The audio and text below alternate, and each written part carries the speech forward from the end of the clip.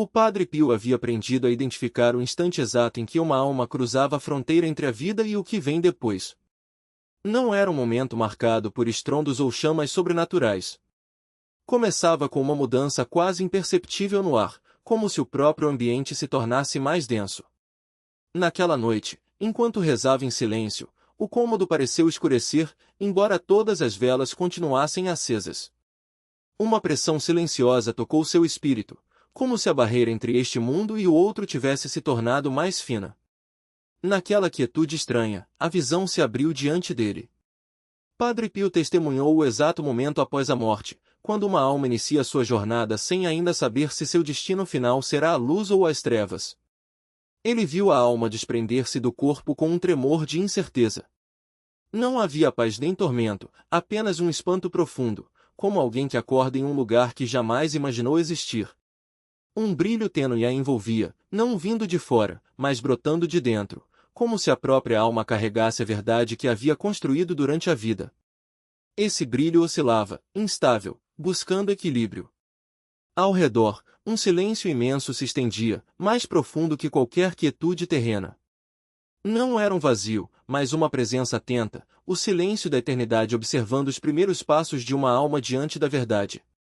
O padre sentiu medo crescer dentro daquela alma, não porque algo a ameaçasse, mas porque ela pressentia, por instinto, que tudo que antes escondia a verdade havia desaparecido. Não havia mais ilusões, distrações ou máscaras, apenas a essência exposta em sua pureza e em suas feridas. Então, um caminho se formou sob ela, não uma estrada física, mas uma realidade espiritual que se revelava. Duas direções se abriram, não lado a lado, mas brotando do interior da alma, como possibilidades moldadas por suas próprias escolhas. Uma delas irradiava uma luz suave e viva, acolhedora e cálida. A outra parecia um corredor de sombras, não cruel, mas gélido, uma ausência em vez de presença. E a alma compreendeu, com clareza imediata, que seu destino não seria imposto de fora. Para onde fosse, seria por causa do que havia se tornado. Padre Pio viu a alma hesitar.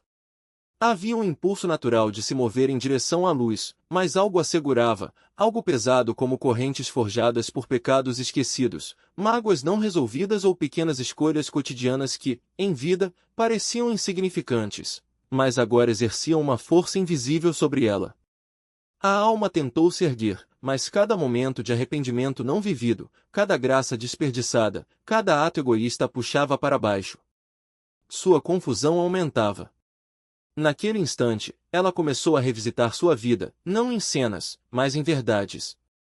Padre Pio percebeu um filme interior se desenrolando em silêncio dentro do espírito, atos de bondade que brilhavam suavemente, crueldades que escureciam sua essência, momentos de fé que reluziam e indiferenças que deixavam marcas difíceis de apagar. Não era um julgamento vindo de cima, mas um reconhecimento que nascia de dentro. A luz suave pulsava, como se convidasse a alma a se aproximar, mas ela se sentia indigna, como se aquele brilho revelasse partes que preferiria manter ocultas. O padre compreendeu que aquela hesitação era o limiar entre a salvação e a perdição, não uma punição, mas o momento em que a alma enfrenta o que livremente escolheu ao longo de uma existência. Então, a visão mudou. Uma nova presença surgiu, não visível, não audível, mas inegável. A alma sentiu-se examinada por um amor tão imenso que mal podia suportá-lo. Esse amor revelava tudo com ternura, cada motivação, cada desejo, cada arrependimento, e a alma já não podia fingir ser o que não era. Padre Pio sentiu a alma tremer sob o peso daquele amor, não porque o amor doesse, mas porque a verdade era dolorosa. Uma revelação espiritual lhe veio com clareza: a alma santa deseja o céu, mas nem toda a alma deseja a transformação que o céu exige. Ele observou enquanto a alma era confrontada com o estado de seu próprio coração, seus medos, suas mágoas, suas feridas, seus anseios, seus pecados de omissão, o bem que poderia ter feito e nunca tentou. E, acima de tudo, sua capacidade de amar, que agora parecia como uma chama tênue, mas inegável.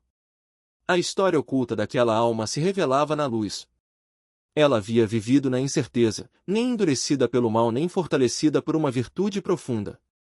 Sua vida fora marcada por boas intenções frequentemente abandonadas no meio do caminho, atos de bondade ofuscados por períodos de concessões, um desejo por Deus sufocado pela negligência. Rezava em momentos de crise, mas esquecia de agradecer depois. Lutava pequenas batalhas e ignorava as maiores, carregando feridas que nunca permitirá que Deus curasse. Era uma alma nem totalmente perdida nem completamente entregue, uma alma à beira do abismo. Padre Pio sentiu uma compaixão imensa. Quantas pessoas viviam assim, à deriva, esperando vagamente pelo céu enquanto evitavam a conversão profunda que o torna possível? Aquela alma representava tantas outras que morriam não em rebeldia, mas em um sono espiritual. Então, o céu respondeu. A luz não se moveu em direção à alma. Em vez disso, a alma se viu atraída por um dos caminhos, não por força, mas guiada pela sua própria verdade interior. Seu anseio por bondade a puxava para a luz, mas o peso de suas amarras a segurava. Uma tensão se formou dentro dela, uma batalha entre o desejo e a resistência. Padre Pio viu as consequências se desenrolarem, não impostas por anjos ou decretos, mas surgindo naturalmente do estado daquela alma. Ela não podia caminhar diretamente para a luz, pois lhe faltava capacidade, mas também não pertencia às trevas. Havia bondade demais nela para se afastar de Deus por vontade própria. A alma chorou sem som, não lágrimas de desespero, mas de compreensão. Precisava de purificação, cura, alívio. E o céu, em sua misericórdia, oferecia exatamente isso, um lugar onde o amor queima sem destruir, onde a verdade cura sem humilhar, onde a alma se torna capaz de alegria. O padre reconheceu aquele momento. Era a hora em que uma alma inicia sua ascensão ou sua queda, não por acaso, mas pela verdade. Para algumas, a jornada rumo ao céu começa imediatamente, carregadas pelo amor que cultivaram em vida. Para outras, o caminho desce, puxado por escolhas que as moldaram em algo incompatível com a presença de Deus. E para muitas, como a alma diante dele, a jornada começava no meio, suspensa entre o anseio e a imperfeição. A visão se tornou mais intensa, e Padre Pio sentiu uma tristeza que não sabia nomear, não pela sorte daquela alma, mas por como os seres humanos tratam a eternidade com tanta leveza, gastando os anos que decidem o rumo de suas almas com tanta indiferença. A luta daquela alma era a luta de todos que vivem sem perceber o peso de suas escolhas. Quando a visão se interrompeu por um instante, ele pressentiu que o céu ainda não havia terminado. A próxima etapa revelaria para onde a alma iria e por quê, e o que a aguardava no momento em que a eternidade finalmente reivindicasse um espírito para a luz ou para as trevas. A visão se aprofundou, e o caminho diante da alma se transformou, como se a própria eternidade estivesse se ajustando à sua verdade interior. Padre Pio sentiu o cenário espiritual se abrir ainda mais, e diante daquela alma se estendiam dois destinos vastos, um luminoso, outro desolado. Nenhum deles, porém, se impunha sobre o espírito. Apenas aguardavam, silenciosos e pacientes, como se deixassem que a própria alma revelasse o que havia escolhido muito antes daquele momento. A luz que envolvia o primeiro caminho crescia em calor, firme e quase viva, como um abraço ao qual a alma desejava correr, mas se sentia indigna de alcançar. Já a sombra do segundo caminho se adensava não com violência, mas com ausência, um vazio tão completo que gelava a alma à distância. Não era feito de chamas ou figuras atormentadoras. Era a terrível possibilidade de existir sem Deus. Padre Pio sentiu a alma recuar. O inferno não era uma ameaça. Era uma verdade. Um destino moldado não por um único instante, mas por uma vida inteira de rejeitar o amor, de recusar a transformação, de fechar o coração à graça. A alma compreendia instintivamente o que era o inferno, não um lugar para onde Deus a enviava, mas um lugar para onde ela mesma se enviava ao recusar o que Deus era. Mas aquela alma não estava endurecida. Estava ferida, inconstante, dividida, confusa. Trazia vestígios de amor verdadeiro e marcas de egoísmo. Tinha momentos de fé seguidos por longos períodos de esquecimento. A luz a atraía. As sombras puxavam seus medos, e, na tensão entre essas duas forças, a alma começou a enxergar sua verdadeira condição com mais clareza. Padre Pio percebeu a resposta de Deus antes mesmo que a alma a compreendesse. Não havia ira, nem rejeição, apenas uma compaixão dolorosa. Deus não abandona uma alma simplesmente por ser imperfeita. O que ele honra é o desejo, e aquela alma, apesar de tudo, ainda o desejava, fraca, inconstante, mas sinceramente. Esse desejo se tornou sua âncora. Padre Pio viu acontecer, uma pequena centelha trêmula dentro da alma se acendeu, tênue, mas real, um anseio por perdão, por cura, por aquela luz que temia e amava ao mesmo tempo. O céu respondeu no mesmo instante, não com estrondo ou espetáculo, mas com um convite suave, como uma mão estendida na escuridão. A alma, porém, não conseguia aceitá-la por completo. Suas amarras a prendiam, correntes feitas de memórias, arrependimentos, orgulho, amarguras e feridas nunca tratadas. Ela queria Deus, mas também temia a entrega que esse querer exigia. Queria a luz, mas não estava pronta para nela permanecer.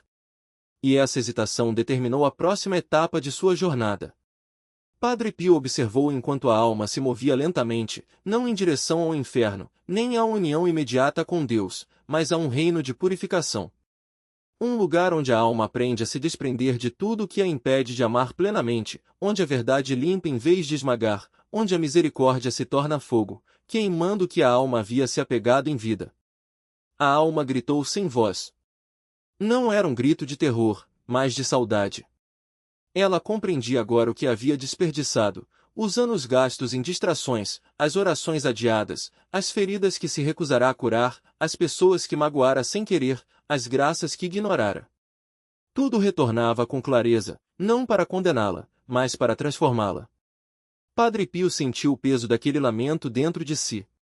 Via tantas almas naquela única alma, almas que viviam a meio caminho do céu e a meio caminho de si mesmas, almas que desejavam a santidade, mas se contentavam com o conforto, almas que amavam a Deus, mas nunca se entregavam por completo.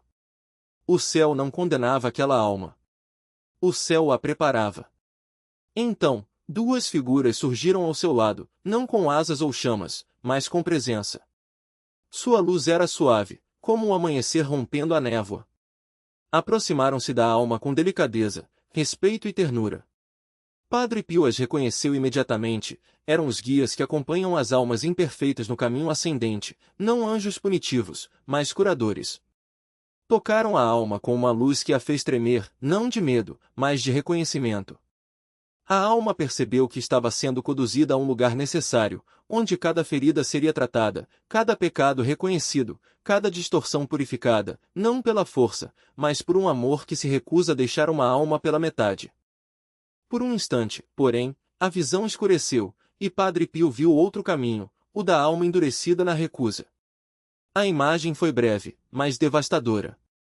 Uma alma cujo interior era moldado pelo ódio e pelo frio, que rejeitara a luz com violência em vida e agora repelia com a mesma violência na morte. A luz se aproximou com brandura, oferecendo uma última chance, mas a alma se voltou para dentro, escolhendo o isolamento, o orgulho, a recusa à entrega. E a escuridão a recebeu, não com triunfo ou chamas, mas com uma indiferença assustadora, a ausência de Deus fechando-se ao seu redor como um eco eterno de sua própria negação. O coração de Padre Pio se partiu diante daquela cena. O inferno não era uma sentença. Era uma escolha.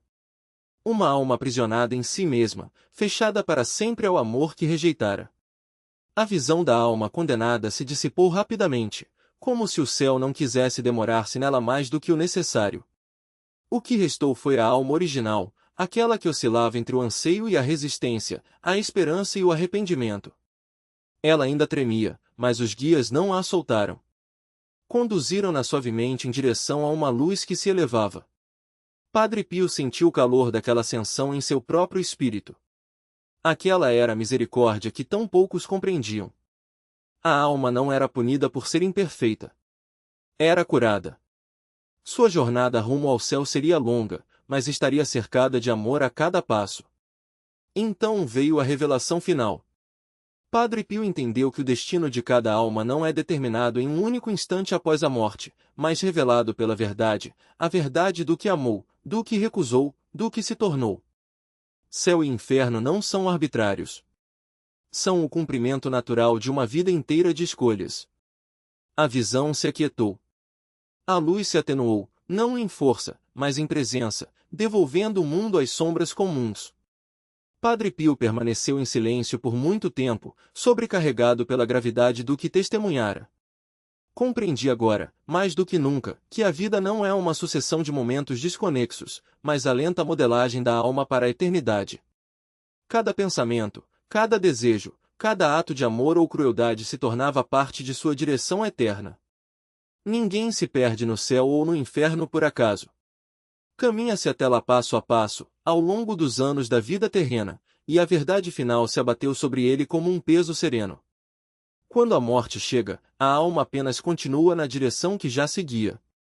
O corpo pode ficar para trás, mas a alma prossegue a jornada que iniciou muito antes.